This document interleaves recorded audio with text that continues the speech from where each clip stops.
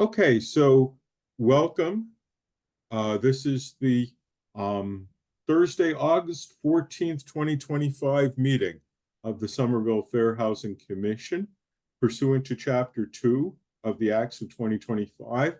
This meeting of the Somerville Fair Housing Commission will be conducted via remote participation, and we will have an audio recording available upon request as soon as possible after the meeting. I want to formally call the meeting to order. Consent from the other commissioners? Aye. Yes, very good. The meeting is called to order. I'd like to hear a motion to approve the draft minutes that our able staff person Shannon sent us. I'll move to approve as written. And I shall second. And I will make it unanimous. The minutes are approved. So moving on to our standing agenda items. The Somerville Fair Housing Commission does have a Facebook page. People can find it by searching for Somerville Fair Housing Commission, all one word, on Facebook. We generally post a fair housing question of the week on Friday and an related article on Monday and occasional other topics in between. Since our last meeting, which was only a few weeks ago, the post that got the most interest was one about the practice that certain landlords and rental agencies are adopting of using an algorithm to determine how much rent they can charge. And there's a lawsuit in place about this, partly on the basis of unlawful price fixing. But it also definitely has implications for discrimination against protected classes. So 165 of our viewers saw this article, 7 reacted to it in some way, and 6 shared it. So that was a fairly new issue that got a lot of attention. Here's a fairly old issue, unfortunately, that got attention. There was an article about, I think he was a property manager who was demanding sex from his tenants. And of course, that is not fair housing, and it is discrimination. And 82 people saw that one, and 5 reacted to it in some ways. So those were the posts that got the most attention since our last time. Let me see if commissioners have any questions or thoughts about that. Oh, I have a question about what went into the algorithm of determining rent. Did the article say?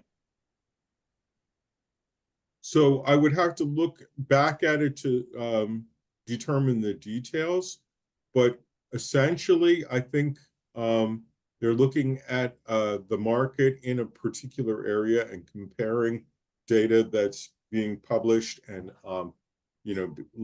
instead of landlords and agencies competing with each other to set the rates, they're more cooperating to have a monopolistic sort of rate. Yeah.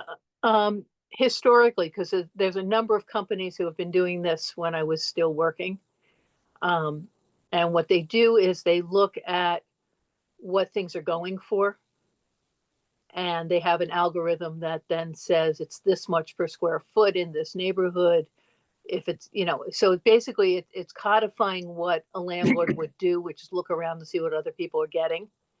But it's making it a lot easier to say a 2-bedroom apartment within a quarter mile of Davis Square is X amount. And it sets an artificial minimum. So if you look at some more commercial sites, this is very hyper local. But if you look at like apartments.com and some very, very commercial sites, all of those really expensive brand new apartments are added into all the ones that are in the old buildings. And therefore it drives up the minimum for everybody. And So- then the landlords are told that, and then their eyes get greedy, and that's Mhm. how it goes. I could Um, see how that could be a problem, especially with it diminishes the naturally occurring affordable housing that exists. Kind exactly. of like older stock that just could be updated here and there, but is not necessarily brand new, but livable and acceptable housing. Yep. Yeah. And Okay, that's a problem. yeah, and it sort of, it also makes, it encourages greediness by setting, I forgot what that's called, but there's a psychological thing where if you set an expectation point, people will guess closer to that. I forgot what it is, but there's some term for it. I'll look it up later. But anchor point, that's what it's called. So it sets an anchor point that if a 2-bedroom is $4,000, you feel stupid renting it for $3,000, which is a ridiculous amount of money, which is why I'm saying it. um, Yeah. because I don't want to, I don't want to set prices. Um, so anyway, that this has been going on a long time, so it's actually a very good thing that it's getting handled. It's getting called out anyway. But yeah, So, but this has been going on probably since computer algorithms to set prices started. People have been saying this is foul. all right. Thank you, Rona, for like filling me in. I've been educated today. That's okay. This is I've been watching this going on for a long time, so I'm happy to spread it around. So I just want to say for the public that Commissioner Rona is retired as a real estate broker and speaking from professional experience as well as interest there.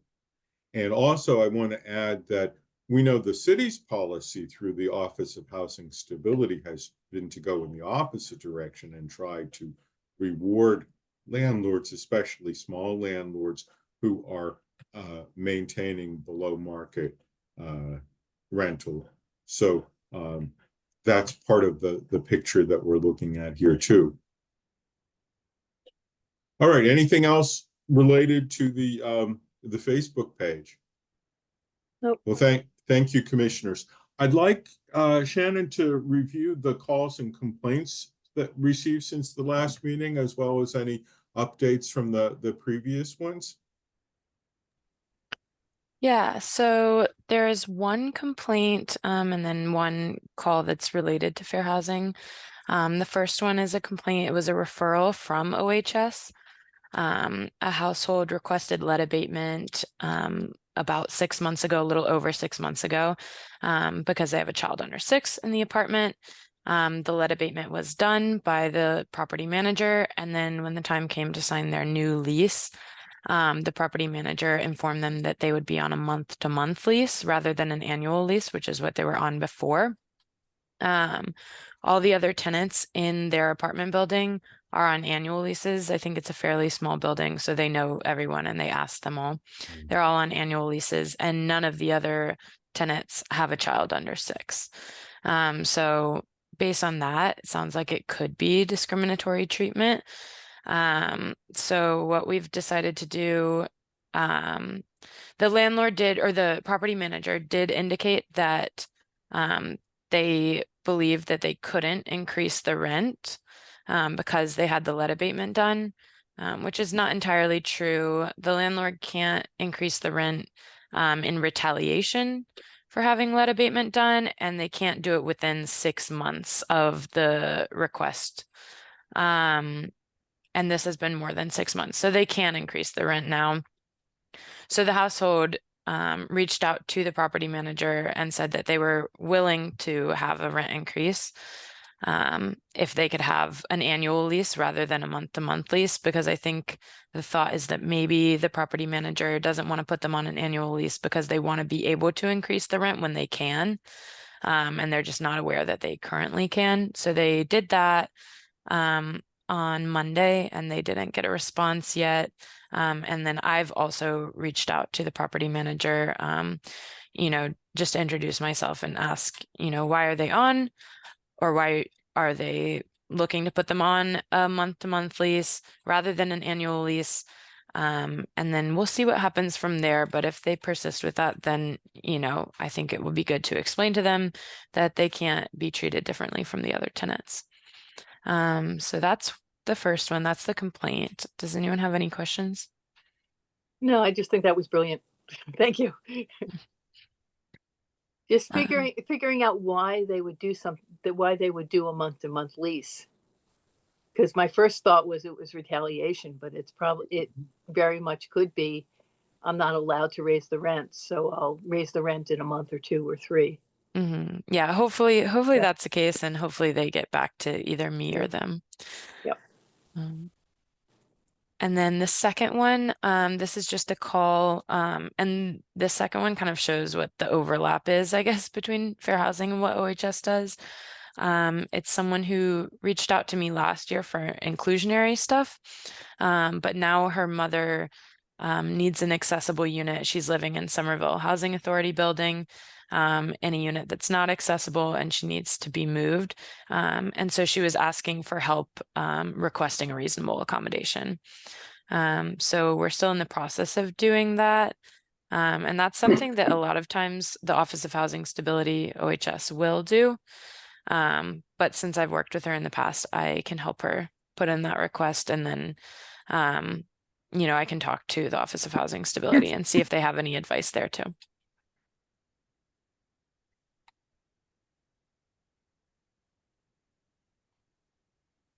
Any questions or thoughts? Nope, all good. Thank you. Pardon me. So we have a number of specific activities that the Fair Housing Commission has been involved in recently. One is our collaboration with the Metropolitan Area Planning Council. And Shannon, you were going to give us some update about that. Yes. Let me find my notes. So I meet with Gloria, who's working with us from MAPC every 2 weeks.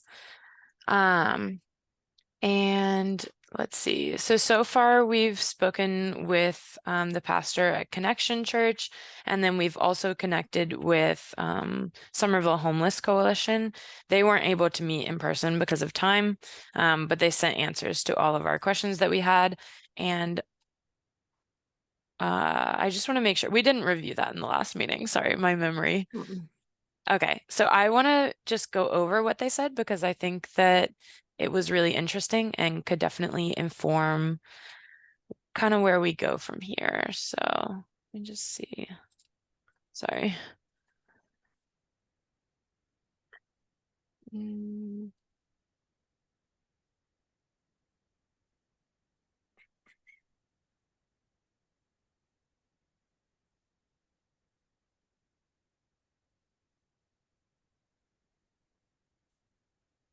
Okay. So one thing that they said that Somerville Homeless Coalition said that they see a lot, and the most common fair housing issue they run into is landlords not wanting to lease to someone with a voucher, which is what we've heard over and over again, and that's the most complaints that I get too. And then they noted a few things about how landlords deny people with a voucher. So things like prior evictions, things like poor credit score, you know, they're saying that that's the reason they're denying them. But what the case managers, I guess, are seeing is that it's really based on the fact that they have a voucher.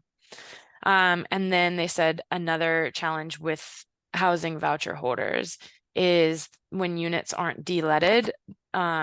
So in order for a voucher holder to move in, there has to be a housing quality standards inspection, which checks for lead paint. And a voucher holder household cannot, most voucher programs require that the unit be de-letted before a lease is signed. But a landlord isn't required to de-led until after a child or pregnant woman is in the unit. So that is like what they said is that's something that's made it really hard to lease up family-sized units in the area, especially in older buildings. And that really stuck out to me. thinking about the city has the home improvement program, which is a combination kind of the old rehab and lead programs. So lead abatement is a priority for the home improvement program, but right now it's only a priority when there is a child under 6 in the unit. So yeah, that's just something to think about, because if these are, vacant units or units that don't currently have a child under 6, but that could hold a family that has a child under 6, or could hold a voucher holder household in general where it needs to be lead abated. I think that we maybe could start working more closely with the home improvement program, and see how we can collaborate with them. They will do lead abatement in most of the units that they do rehab work in or health and safety work in anyway. So that's also, a good part of that program. But that was the thing that stuck out the most to me. And then they said for, giving out information, Project Soup might be a good place because a lot of the community goes there. And the staff can connect with the clients and other agencies. So it's also something to think about for where we might want a table in the future. So, commissioners, questions, comments? I just wanted to get clarity on this. So if somebody who has a voucher wants to move into an apartment, so let's say a woman of childbearing age wants to move into an apartment with a voucher who is not currently pregnant, the city is requiring deletting, or they're only requiring deletting once there's a child in the picture?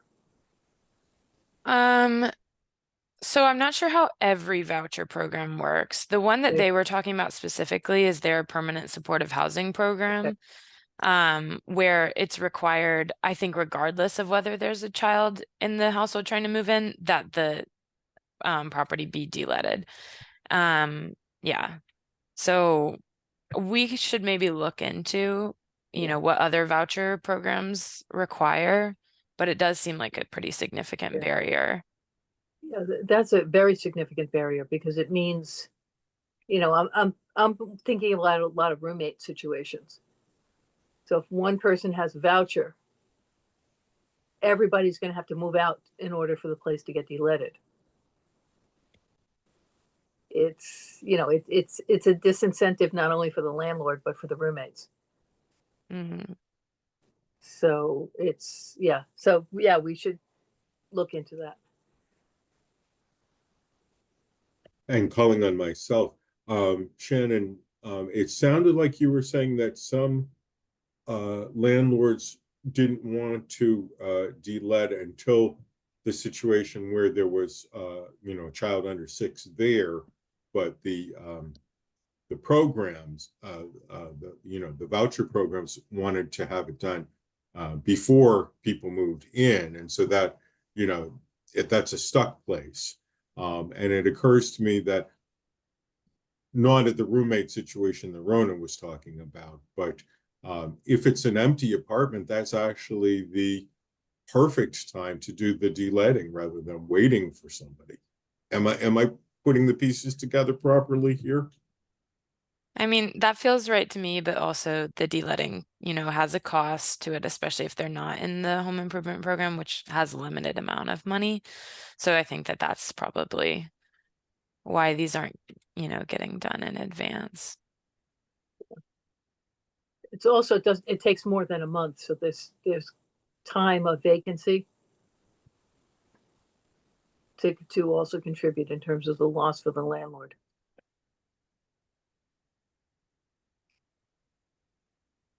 Commissioner Patrice, any thoughts? No, I have no thoughts. I was just thinking about the potential barriers to people having housing, and lighting being one of them. However,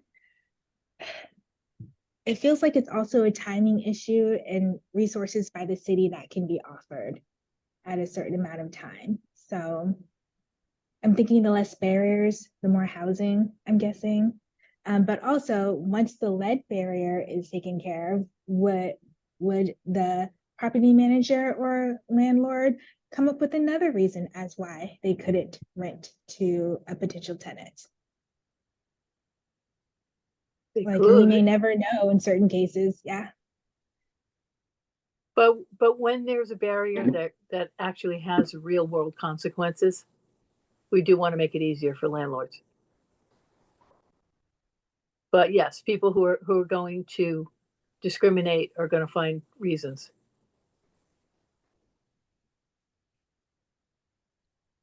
So, Shannon, I think you told me that our consultant, Gloria, was planning on attending our next meeting in person. Yes, that's true. And she can definitely elaborate on some of this. And I think the only other things that I wanted to add from the last time that I met with her is the next meeting, most likely that we'll be having with someone in the community will be with the Somerville Office of Immigrant Affairs. Okay. And she, if it happens next week, I'll be out. So she might send an email to see if anyone's available. But if it's after that, I'll be sending an email. And then the other thing was, she was talking about starting to think about, you know, how MAPC can help us with engagement versus also helping address structural barriers that we're seeing. So things like, units not being de-leaded, or the fact that we don't have enforcement abilities, things like that. So that's just something that I think we're going to start thinking about. And that's all I have for that item. Okay, well, we thank you. And if commissioners are okay with moving on from that item, I want to talk a little bit more about the Fair Housing Questionnaire for candidates. Commissioner Patrice and I have been working on that together. Patrice, do you want to say anything about it? I can say a few words. I guess introductory for those that may not be aware. So, usually during an election year, Dennis and I will work together on sending out a fair housing questionnaire to candidates of Somerville, and the candidates will include mayoral candidates and I want to say select. Oh, are we select boards? I can't remember. City Council. City Council, sorry. I still have my work brain on. So we sent out the questionnaire, and these are questions just to first gauge kind of like the knowledge that the candidates have in regard to fair housing, to kind of like allow residents of Somerville to kind of, or those who will be voting Somerville, both, to kind of to see where the candidates are and when it comes to fair housing, so they can make a really good decision.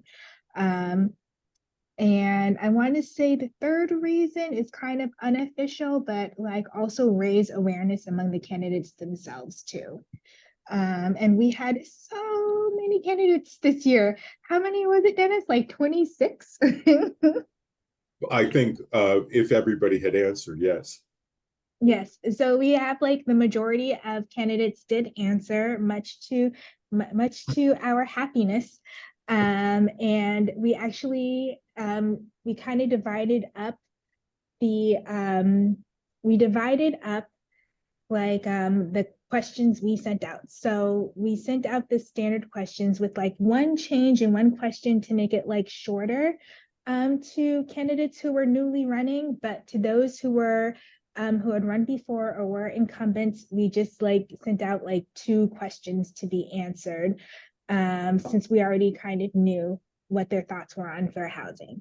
I'm going to jump in there for 1 second. I put in the Yes. chat a link to the incumbent candidates' answers if they ran either in 2021 and or in 2023.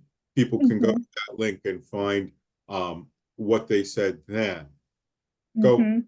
So please go on, Commissioner Patrice. Oh yeah, well, no worries. I'm just about to start wrapping up a little bit. Right now we're in the process of sending out. So Dennis has been kind enough to compile the questionnaires that we received back and the questions that we received back to go to local media sources and also to go to the city for posting. And right now we are, there's a question in the chat. And right now we are in the process of sending that out and deciding who we should send that to. And also we kind of want to appeal to the other commissioners on this call as to who do you think we should be reaching out to have this questionnaire published. I still have the idea of having the QR code hanging around town, just like in every place where we could put a QR code where people would be able to like scan and see the answers right there. But we are in not a timing crunch per se, but we want to make sure we have the answers compiled and published by maybe a week before the early voting begins. Dennis, please feel free to fill in case like I left something out. Okay, so one thing, Shannon, I think that Christopher in the audience can't see the post that I put up there, so maybe you could copy that link and put it out for the general public. And I'll just say aloud that the 2021 and 2023 questionnaire answers are at the bottom of the web page, https://www.somervillema.gov/departments/fair housing commission, right? Or you can just go to the Somerville city website and go to the list of boards and departments and find fair housing. It will be there. So yes, and I want to thank Shannon for making sure that the answers to this year's questionnaire will go up. We're also going to encourage the city to send out a press release directing people's attention to it. And we've, as a subcommittee, we've been in touch with some of the local media, letting them know to expect this. So I just want to add a couple of things that we all take for granted, which is the Fair Housing Commission is a nonpartisan group that does not endorse any candidates. We're, as Commissioner Patrice said, we wanted to spur thinking about fair housing among the candidates and provide information on those issues to voters, particularly, since, as we mentioned, there are so many people running for office this year. Providing information to voters on these issues helps them to make their choice. I also want to say we had all three mayoral candidates are people who have run for office before, although not all of them have run for mayor before. But so we have responses from them, but you can go back and see their full questionnaires from previous years. We have some of the ward candidates who responded, not all, and we have nearly all of the at-large city council candidates have responded. And some of them responded at great length, and some of them responded very tersely. And, I think that's a matter of style, but we did not edit anybody's responses. We put them in there just as they sent them to us. All right. So, okay. Commissioner Rona, any thoughts? I'm always sort of amazed that you two do this, because the first year it was harder, and it's gotten, you've sort of gotten in a groove about this, and it's just sort of gotten to be a really good piece that we put in our armory a couple of years ago. But I like the idea of guerrilla postering, and I think it could be really as simple as a QR code to our website that says, what do the candidates think about fair housing? Just a big in your face kind of print. and then the QR code, and we could do like 4 on a page. And I'm perfectly willing to create that once the answers are on the page. So as soon as Shannon says it's posted, I could send that off to all the commissioners, and we can just stick them wherever we want to stick them.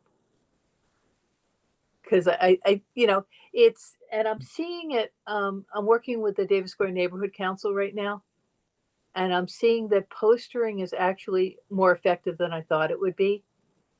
Because particularly in the squares, in Union and Davis Square and Ball Square, where there's a lot of foot traffic, people really do see this stuff. So I can take on doing that. It's pretty easy now that I know how to do a QR code. I've joined the 21st century. I'll do it. Thank you, Rhoda. I'm excited for this. Like, I feel like it's a heavy return with a lower lift when it comes to kind of postering. And Yeah, well, Dennis, thank you. Yeah, I'm sorry. I was just about to give Dennis a big thank you for being in communication with the candidates and just like continuing to like help keep this going and have this be a staple of what we do at the Fair Housing Commission. Thank you, Dennis. And I want to say, one of the things I've heard from candidates is that we seem to have set a trend, and a lot of different groups are asking them for written responses these days. It's and I don't hold it against candidates who didn't respond to us, because they may be as busy as they can be knocking on doors and so forth.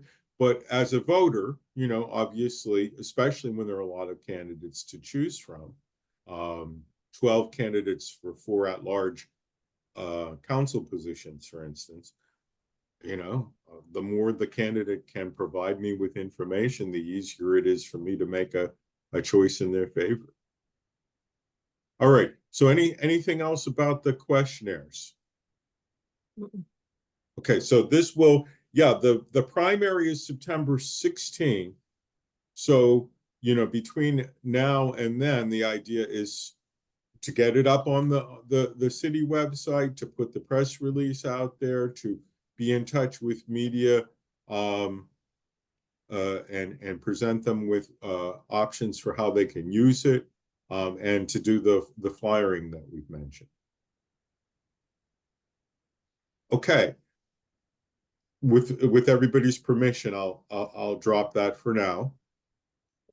Another thing that we do, our commission has largely an educational and outreach kind of mission, and tabling events are an important part of that.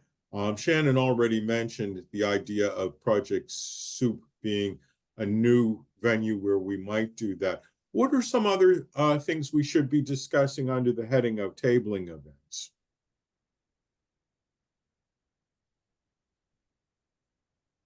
Commissioner Rona first. Okay. Yeah, I was contacted by Crystal Huff, who works with Mamas, which is Medford and Somerville Mutual Aid, or how is it? Medford and I think it's Mutual Aid. Mutual Aid, Medford and Somerville. Right. That's what that's how they got to Mamas. They do a sort of a free store event where, it's just sort of a great big free yard sale for people who need stuff. And they would be happy to have us there. They say that we'd need to arrange to have Spanish language translation and possibly other translation. And they're specifically concerned with people who are not documented, who feel like they're more at risk for housing discrimination. So we may also need to bring some expertise in with us, as well as translation. But I thought that would be another really good place to be seen as agents of good.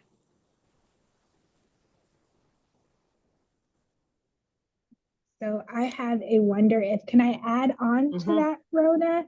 because I believe that is a great idea. And I'm thinking if we could invite one of the organizations that we hope to partner with us, like oh my goodness, I can't remember off the top of my head, but if we were to have like a code table with them, and like they're one of the partners that we wanted to reach out to, that is very active in like our immigrant community, and that the community trust, if we were seen together at the same table, it could strengthen our partnership with them, also show that we are a trustworthy source of information and we're here to help, and also be able to provide resources that are needed to folks. It could kind of ease us into the communities we want to be in. So I wonder I wonder how we reach out, if we haven't reached out before, to an organization to do this with us. Any ideas? I mean, my sense is it's immigrant affairs. Mm. You know, I think they're the people who should be on the other side of the table, because they'll also be the people who have the translation. Mm-hmm. Yeah, if we're And- talking to them, oh, sorry. Yeah, we're talking I'm- to them soon, right? Yeah, and I was just going to ask, and I know you know this, Commissioner Rona, that translation usually means documents and interpretation usually means oral, and I You're think right. you're talking about both. I'm actually thinking about interpretation. Okay, Because it will be on site at that moment. just to clarify. Yeah. Sorry for interrupting. That's okay. That was needed. Shannon, were you going to mention something there? I was just going to say, since we are planning to talk to SOIA, Somerville Office of Immigrant Affairs soon, maybe that's something that we include in the conversation, especially towards the end of like collaboration. You know, and there are other groups like the community organizing effort at CAS, Community Action Agency of Somerville, that would be possible. But, you know, yeah, we doing one thing, one partnership would be more than we've done before. So, you know, one step at a time would be my suggestion. Okay. Anything else on the tabling events? Great. We also have an ongoing item on online education and outreach, and this is in addition to the Facebook page. Our Commissioner Kay Mamo, who couldn't be here today, is helping to put together an Instagram for the commission. And I just want to check in with the other commissioners to make sure that you've sent photo and bio to Commissioner Kay for use. Commissioner Rona says yes. I think we agreed that we could use an old one of mine, like my introductory video, so I wouldn't have to send in a new one. I more or less look the same, and I have the same use. Yeah, I think though that Commissioner Kay said for Instagram what she wants is a still photo rather than a video. So I'll just leave that on your plate to again, we're trying to do something that we haven't done before. So a little bit new is better than trying to do a lot at once and failing at it. But that would be the step. Yeah, she wants a headshot and a couple of sentences about who you are. Okay, so I think I could definitely find a headshot that I have and write a couple sentences. I think that's definitely an easy lift. That's doable. Yeah, it's Right. much easier than the video.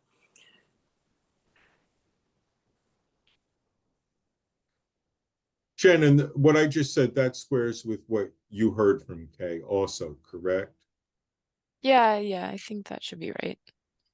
Okay. All right. So Shannon, while we have you, I think you were the one who brought up this point to the last meeting about adding protected classes to the Fair Housing Ordinance, and I think this was specifically based on arrest records or things like that. Could you go over that again and maybe explain whether there's been any new information since last time? Yeah, I don't have any new information, but I'll just review it. I do think that, we should talk about it with the whole commission as well, so maybe keep it on the agenda. And I did send out last month, and I can add it to the like meeting documents too for this month as well. The it let me find the actual name of it. There was a fair housing use of Corey toolkit. This all got sent to me by Lisa Davidson, the director of housing. And then from April 2016, application of Fair Housing Act standards to the use of criminal records by providers of housing and real estate related transactions. And then from June 10th, 2022, there's also a HUD, Office of Housing and Urban Development, or Department of Housing and Urban Development memo about the use of criminal records in housing. So I don't know if anyone had a chance to read those. They're pretty short reads. If you haven't had a chance just to skim them before the next meeting. But yeah, just to go over what we talked about, there's a couple options. We don't have to do anything. We don't have to add anything to any ordinance. That's option number one. We also could look into adding criminal record into the fair housing ordinance in some form as a protected class. I think that right now, sometimes criminal record can be, people can make a fair housing claim, especially by disparate impact.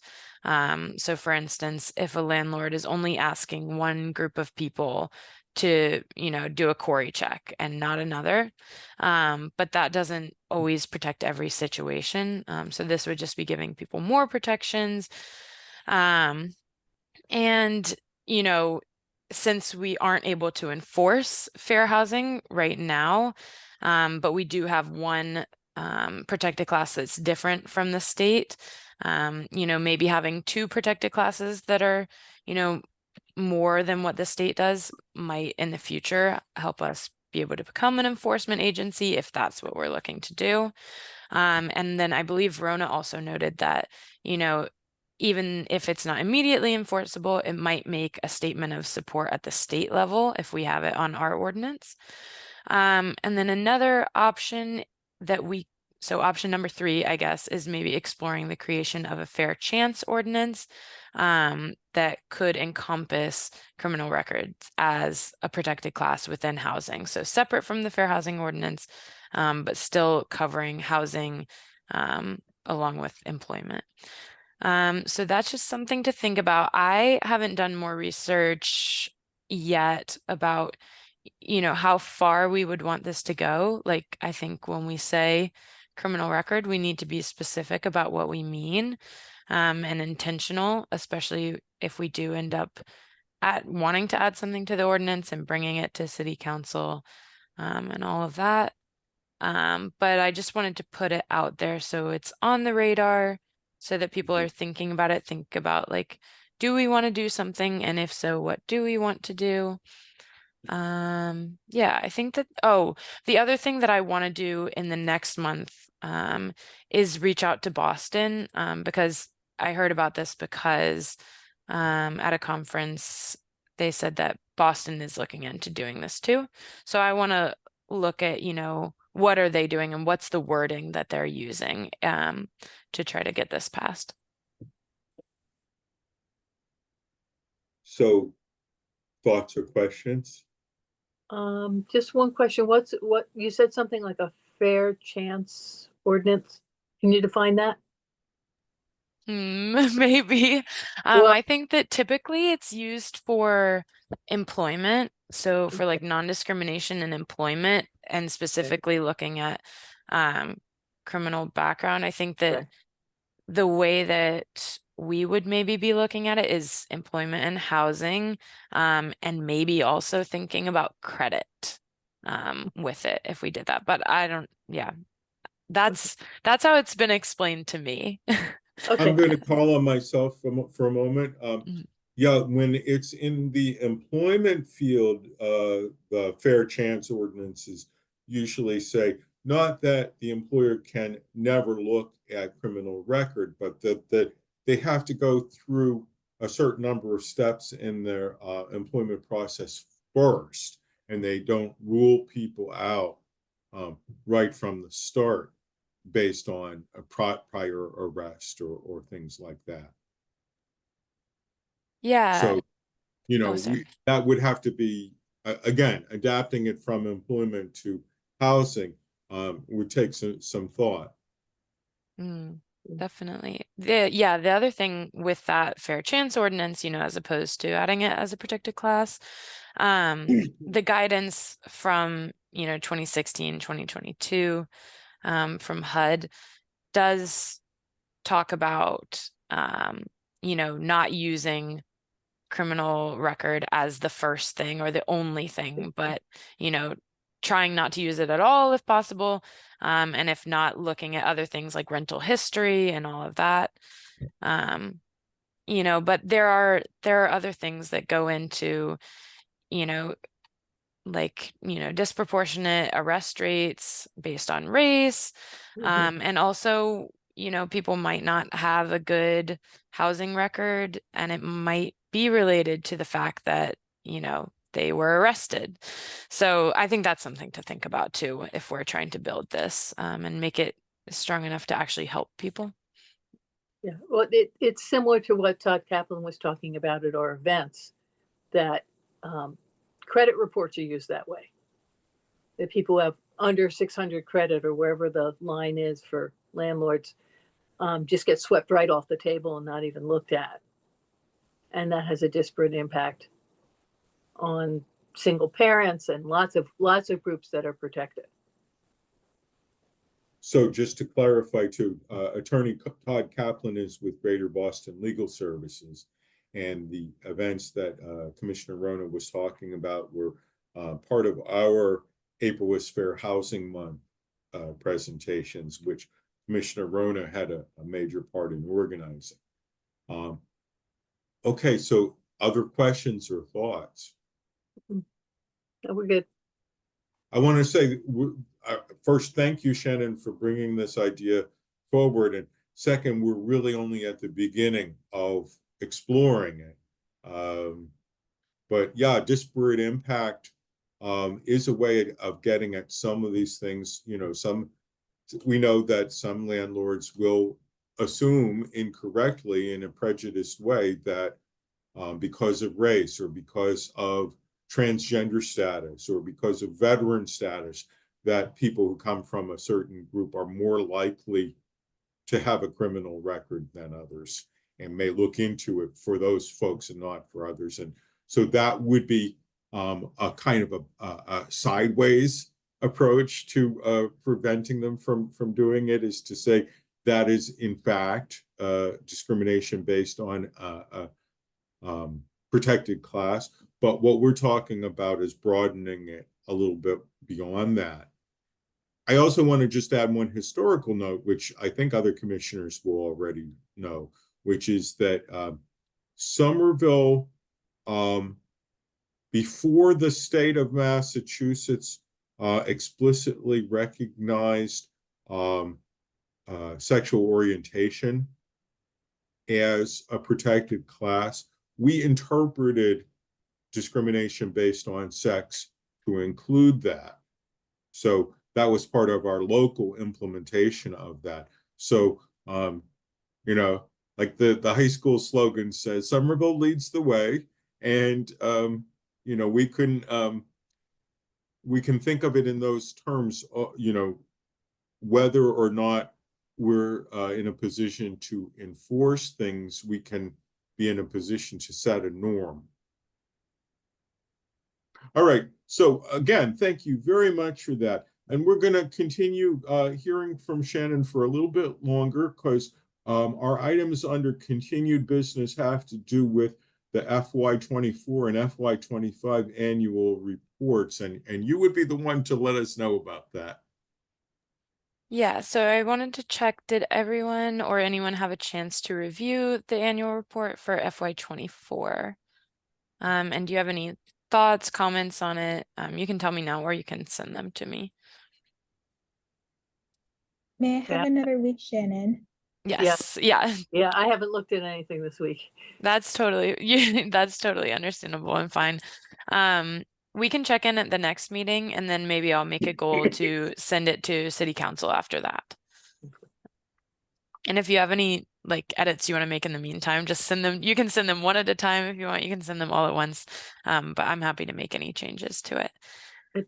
Do we have to vote to approve it? Is that the, I think so. okay, yes, then we should make a hard deadline to make sure we approve it at the next meeting.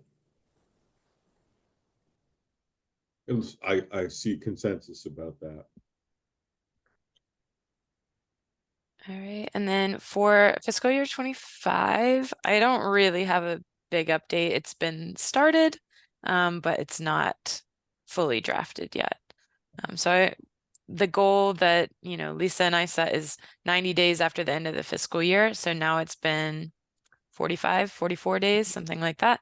So we're about halfway there. So hopefully I will have it for you for review a little bit before the 90 days. And then we'll be able to submit that one soon too. And just for the public, Shannon, once these annual reports are approved, where do they go? Who looks at them? What happens with them? They'll go to city council. Then typically, I think they go to a committee that I'm forgetting the name of. Let me see. Maybe housing and development committee. That sounds right. I might be getting the name slightly wrong. Let's see. Yes, Housing and Community Development Committee. So it will go there, most likely, and then they can approve it for the rest of City Council to review. And then once that's done, we will be able to publish it on our website. And usually they ask questions about it, so that's another thing. Yeah. So should one of us be there or one or more of us be there when they're asking questions about it? I will be there, and if anyone else wants to be there, that would be great. That would be helpful. But you're definitely not required to be there. Yeah, I think Dennis, you might have been there last year. I don't know about last year, possibly. Yeah, I think Councilor Straso and Councilor Klingon were the people that ran that meeting online last year, if I remember correctly. I think that might have been 2 years ago, and then possibly, yeah. Who was on it last year? Definitely, yeah, Councilor Strazo was on there, but I forget. But Lisa also attended last year, so. Okay, well, we've got a lot of stuff in process. Any items that are not on the agenda that people urgently want to bring up? Not really. No, I have nothing urgent, just like kind of like an idea of once the kind of tabling season ends this summer, think about what we can do to help support our relationships that we're building with other organizations. So just putting that in our minds of what we're going to do when we're in the kind of more indoor education type of season. Thank you. I'm sure Shannon will make sure that there are reminders about that. We've already more than doubled our FaceTime with the public this year from last year. So it's 100% plus increase. Oh, not 1400%? Not 1400%, right? Okay, well, unless there's any other items to discuss, It's, I'll mention that our next meeting is scheduled for 3 p.m. on September 25th, 2025, and it will also be online, and at a link that is publicized in advance. Do I hear a motion to adjourn? actually, I have one question, which is that we have a guest. Does the guest have any questions for us? Or do we still have a guest? Yes, we Yeah, do. Christopher is there. Hello. Okay. Yeah. I do not have any questions. That was a great meeting. You touched on a lot of important topics. Yeah. So thank you for allowing me to be a part of this. Okay. Now you're totally welcome. We appreciate it. We'll look forward to seeing your coverage of it. Thank you. So thank you, Commissioner Rona. And that being said, do I hear a motion to adjourn? Sure, let's adjourn. Motion to, oh, then I second. Okay. Okay, I'll make it unanimous. And so the meeting is adjourned at 4:05 p.m. and we will reconvene on September 25th. Thank you all.